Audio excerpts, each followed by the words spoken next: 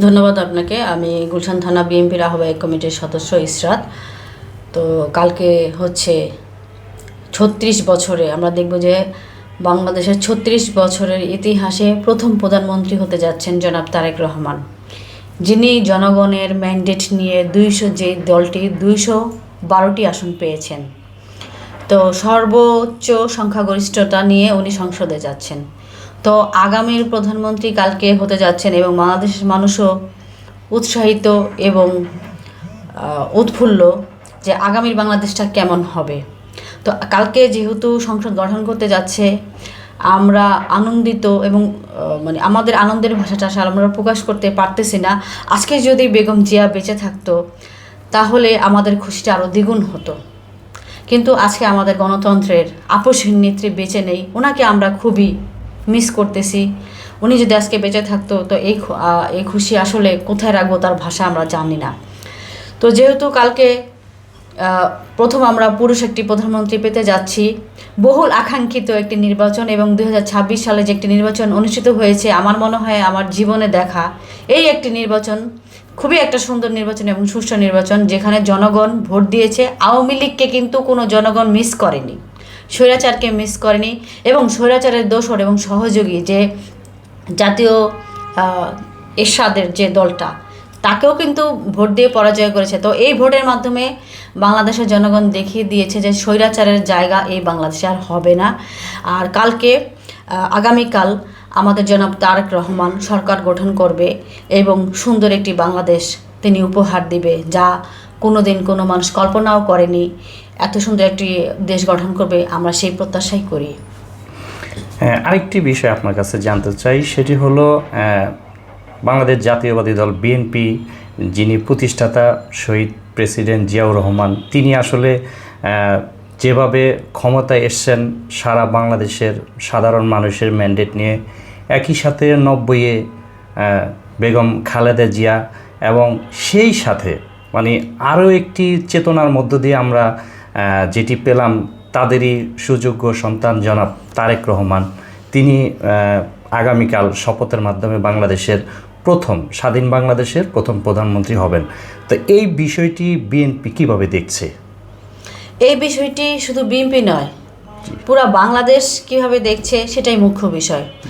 তো তারেক জিয়া কিন্তু প্রথমে সরকার গঠন করেই বিরোধী দল, কালকে আপনি হয়তো বা দেখছেন, কালকে জামাতের আমিরের সাথে দেখা করতে গেছেন, এরপরে নাহিদের সাথে দেখা করতে গেছেন, আজকে হয়তো বা যারা যারা বিরোধী দল আছে তাদের সাথে দেখা করবেন। উনি বাংলাদেশের বিরোধী দল সহ প্রত্যেকটি রাজনৈতিক দলকে নিয়েই উনি বাংলাদেশ গঠন করবেন। আমরা যা দেখতে পাচ্ছি, আমরা আগে দেখেছি যে বিরোধী দলকে মানে এই দমন পীড়নের মধ্যে যেতে হয়েছে। আমাদের যে বিএনপি নেতাকর্মীরা ছিল হামলা মামলার মধ্যে, আর একজন আরেকজনের চেহারা দেখতে পেতেন না। কিন্তু আমাদের তারেক রহমানকে আপনারা দেখেছেন যে উনি রাজনৈতিক প্রত্যেকটি দলের সাথে কথা বলেছেন এবং সবার সাথে কথা বলে সবাইকে নিয়ে কালকে শপথ গ্রহণ করবেন এবং দেশ গড়ার প্রত্যাশায় উনি সবাইকে রেখে একটি সুন্দর দেশ উপহার দেবেন। আরেকটি বিরল ঘটনার সাক্ষী হলো বাংলাদেশের সাধারণ মানুষ। সেটি আমরা দেখতে পেলাম যে জনাব তারেক রহমান সাহেব তিনি গতকাল এই প্রথম, হয়তো আমার জানা মতে হবে যে কোনো সরকার সংখ্যাগরিষ্ঠতা পেয়েও বিরোধী দলের যিনি ছিলেন তাকে মানে সান্ত্বনা দিতে যাওয়া, এবং তৃতীয় পক্ষ এনসিপির যে নাহিদ তার বাসায়ও যাওয়া, তো এটিও আসলে বাংলাদেশে বিরল। তো এই বিষয়টি নিয়ে আমি আপনার কাছে এটি আমাদের তারেক রহমান, উনি হচ্ছে শহীদ প্রেসিডেন্ট জিয়া রহমান এবং আমাদের আপসহীন নেত্রীর কনিষ্ঠ পুত্র। তো এটাই আমাদের তারেক রহমান। জনগণ দেখিয়ে দিয়েছে যে যোগ্য ব্যক্তিকে ভোট দিলে কি হয়।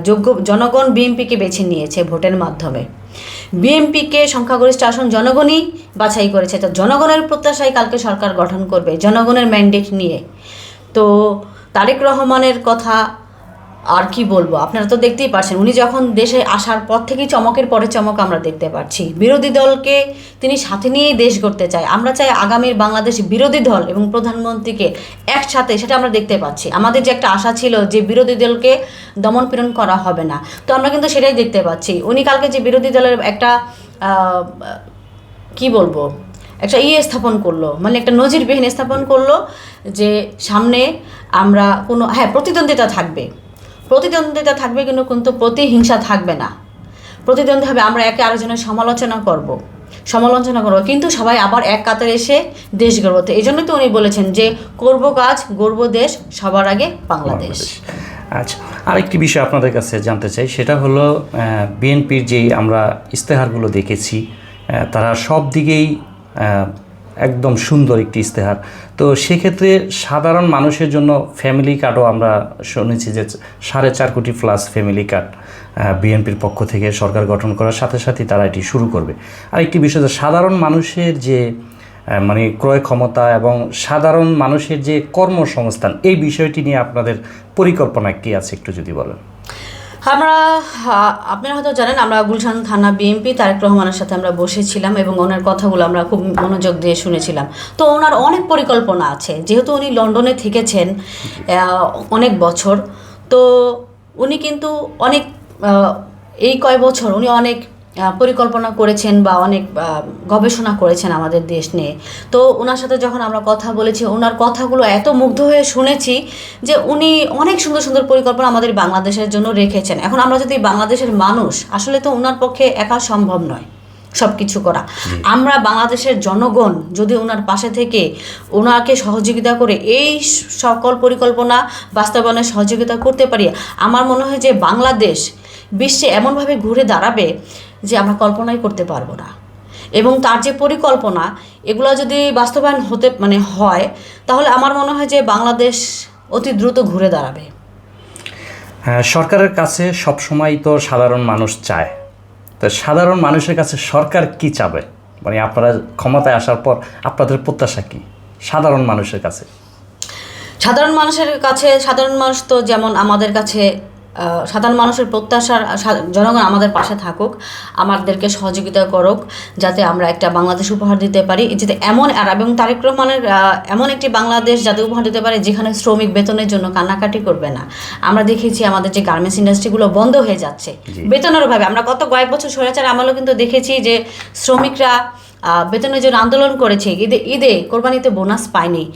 তো আমরা চাই যে জনগণের এই প্রত্যাশাটা সবার আগে পূরণ হোক। এবং 2 নাম্বার, যেহেতু আমাদের প্রবাসীরা বাংলাদেশে একটা বড় ধরনের রেমিটেন্স দিয়ে বাংলাদেশকে সহযোগিতা করে, তাদের রেমিটেন্সে কিন্তু বাংলাদেশ চলে এবং গার্মেন্টস ইন্ডাস্ট্রি দিয়ে বাংলাদেশ চলে।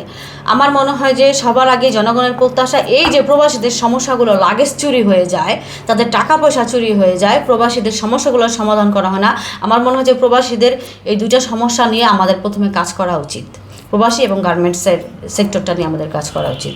আমার একটা কোশ্চেন আছে, যেহেতু প্রবাসীদের কথা বলেছেন, আমি একটু জানতে চাইবো আপনার কাছে যে সরকার এটা নিয়ে কোনো